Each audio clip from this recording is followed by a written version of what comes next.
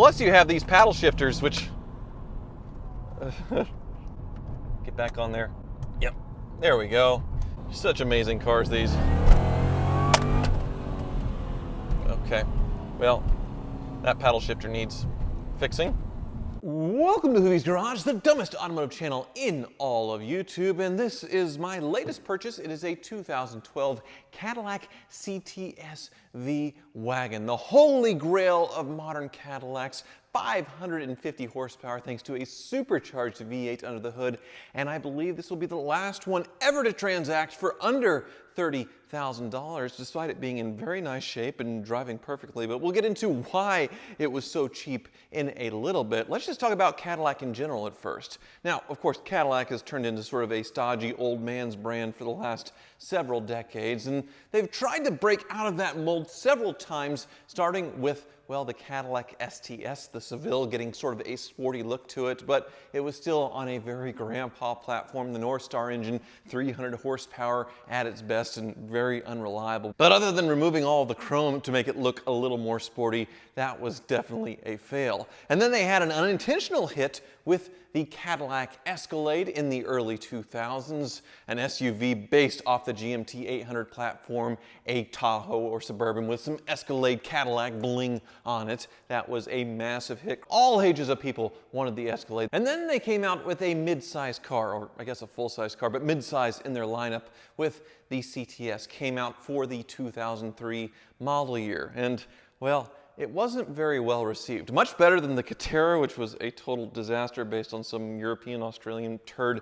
The CTS, much better styled in the first generation, did look great on the outside, but then on the inside they decided to go with a hard plastic dashboard. A lot of hard plastics in the interior that were actually very expensive to produce because of the textures and all that. They wanted to make it look futuristic, but it just ended up not looking very good, and it sort of wasn't very well received, but it was a much better engineered rear-wheel drive, sort of sporty sedan that actually drove really well. And they optioned it with a manual transmission, which was very cool, V6 engine that wasn't that bad, but then they came out with the V, and they put the same LS that you would put in a Chevrolet Corvette. Really, now you actually got a four-door practical Corvette-powered four-door sedan. And those are fantastic machines, but in the next generation CTS decided to supercharge it, 556 horsepower in the V8 under the hood, and then to make things even crazier, they came out with the wagon version. And not only was it the wagon version, it was a beautiful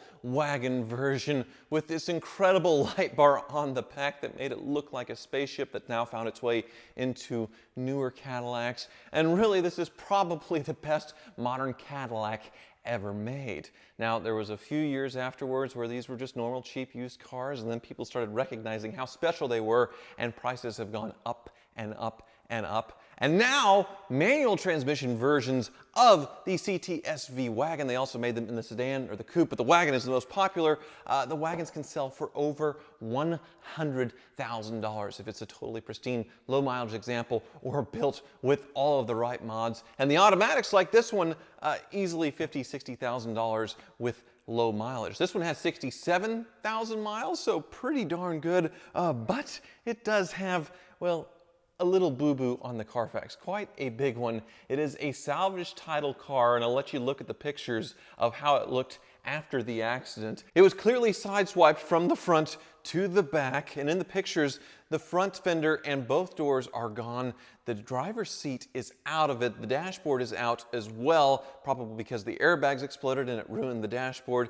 And then you see a supercharger sitting on the floor. Maybe it's the original supercharger because the one under the hood looks a little different, but what a complete and total mess. They actually offered it on Copart this way, and I imagine they didn't have any takers, so about 6 months later it shows up completely fixed and it sells again, and that's how it was left. Now, I wasn't seeking out a Cadillac CTS-V Wagon. I actually got an email from a viewer, so thank you so much for that, asking me if I wanted the cheapest CTS-V Wagon in the USA, and he wanted $36,000 for it. And really, I wasn't looking for it. I'd always wanted one of these, but I felt like I'd missed the boat on prices. And spending $50,000 or $60,000 seemed out of the realm of reason for one of these, which really I had never driven one and not realized how good they were.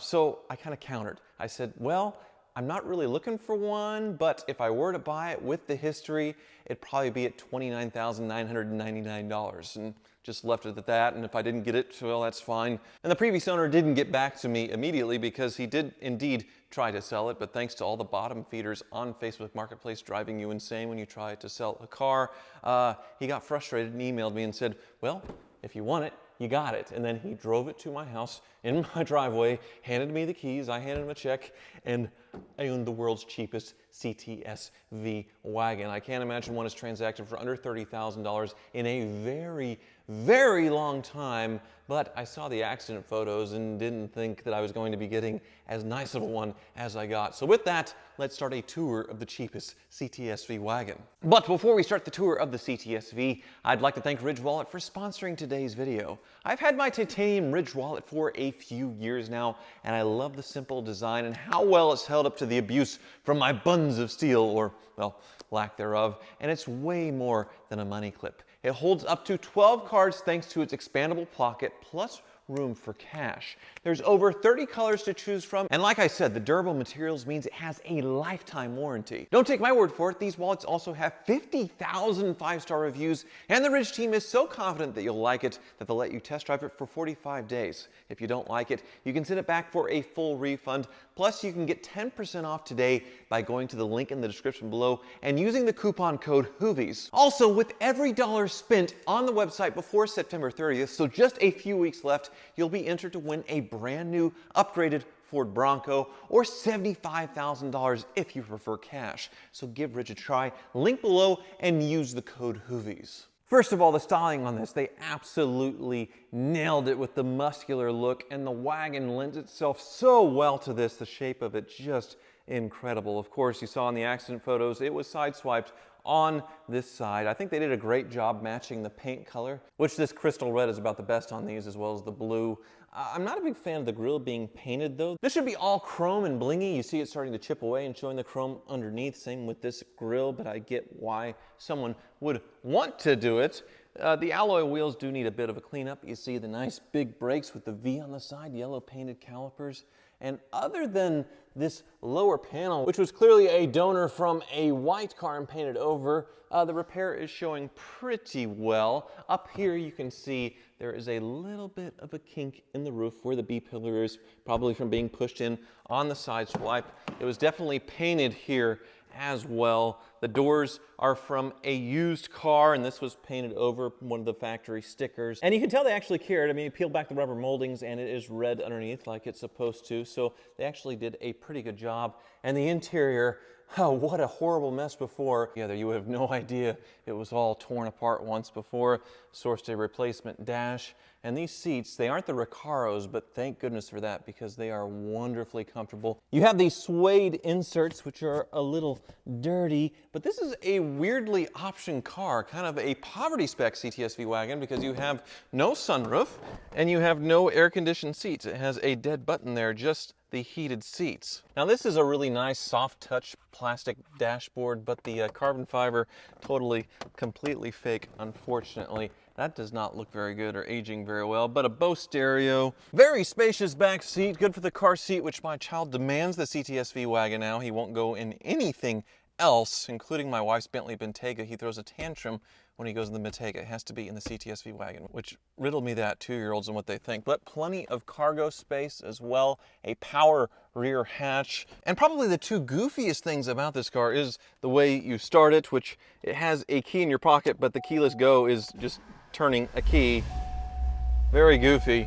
And then this nav screen that is so counter to everything we have today. Nowadays, the biggest screen possible is what you want in the middle of your center console. None of these buttons, just all a giant screen. And Cadillac must have thought that was pretty tacky in the late 2000s, so they made this screen go down into this little mode, and then you put it in reverse or you hit the screen up, and then you have the big screen, which is just ridiculous. And as you probably noticed, it sounds a little spicy. That's because it does have some of the bolt-on things you can do, the headers, a smaller pulley. I don't know if it has a tune or not, but it is pretty darn fast, so let's go for a spin. The first thing that hits you when you drive this thing is the magnetic ride control is just absolutely fantastic. Sort of like the Corvettes, the ride is so nice when you have it turned all the way soft. And this feels like a proper old school Cadillac, but then you hear that supercharger whine. It's just absolutely wonderful. The handling, not too bad either. I think just right in between comfort and sport. And then you get out on the road and, well, holy smokes, brace yourselves.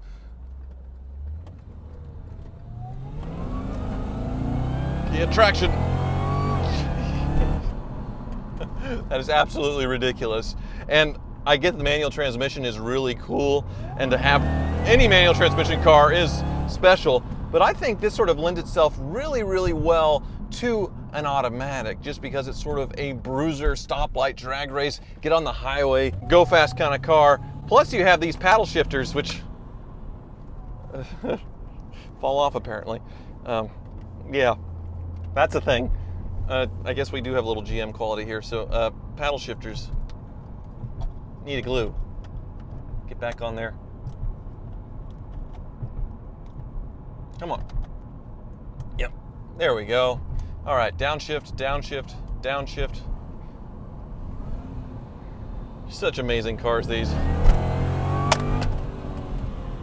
Okay, well, that paddle shifter needs fixing. All right, so back on track here. I really, really do like this thing. I thought I'd be fine driving my Buick Roadmaster until the end of the world, but now I find myself every day in this car because it is so, so good. And of course, because it's good, nobody bought it. They only made it for a few years, and they haven't made it again. Nowadays, you have the very last breath of the Cadillac V brand in cars when it comes to internal combustion motors with the black wings, and that is a turbocharged motor offered with a manual transmission, but clearly not as special as these old big V8 ones. And that's why six figures for a pristine example of this, it does actually kind of make sense. And after this last generation of gasoline-powered V cars, Cadillac as a brand is going to go all electric, which, you know, it is what it is. I guess that's one way to appeal to younger buyers, is building yet another electric car, which people aren't buying gasoline-powered cars anyway. They're buying electric cars, if they are buying cars at all, instead of SUVs, so it kind of makes sense. But, jeez, this thing is absolutely wild. And unlike its European competition, I'm not too worried about the CTSV braking, other than the paddle shifter falling off. Really.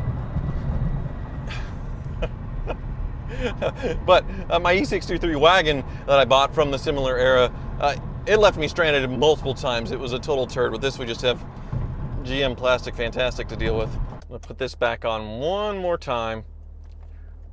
Oh, stay. Come on. Come on. Go to your home. There we go. And hopefully that's the only thing that's broken on this thing when we head to the Car Wizards, but you never know on a salvage title car what things will look like underneath. So hopefully it's good. Seems like it. Wizard! I have another LS for you. Yeah. Holy moly. It literally screams. It does. It has a nice bark to it for sure. 2012 Cadillac CTS-V Wagon, the holy grail of LS cars. I haven't even cleaned my shirt from the last time you brought a Cadillac in here. Please do not drool again. That was quite disgusting. The internet did not like that, whatever that was on your beard. Okay, I'll try not to do that. But yeah, I mean, it's not as pretty as the 49 Cadillac, but as far as it being a wagon with a 550 plus horsepower V8 and the look of it, I mean, it's just fantastic. These taillights are amazing. Yeah, the taillights are definitely amazing. They light up, they are just gorgeous like jewelry, but I always wondered, and I guess I was right, it seems like they would catch on the car wash, which is why this is chipped off. Oh man. It's just missing a little chip, yeah, the corner piece there. The top of it, but totally functional. Yeah. It is a salvage title, and it is modified, your favorite. Modified? Yep. Oh no. You heard it. Yeah, you probably heard one of the modifications because... yeah, I can tell it probably has a pulley upgrade on it. Of course, I mean, that's pretty much obligatory, right? Yeah.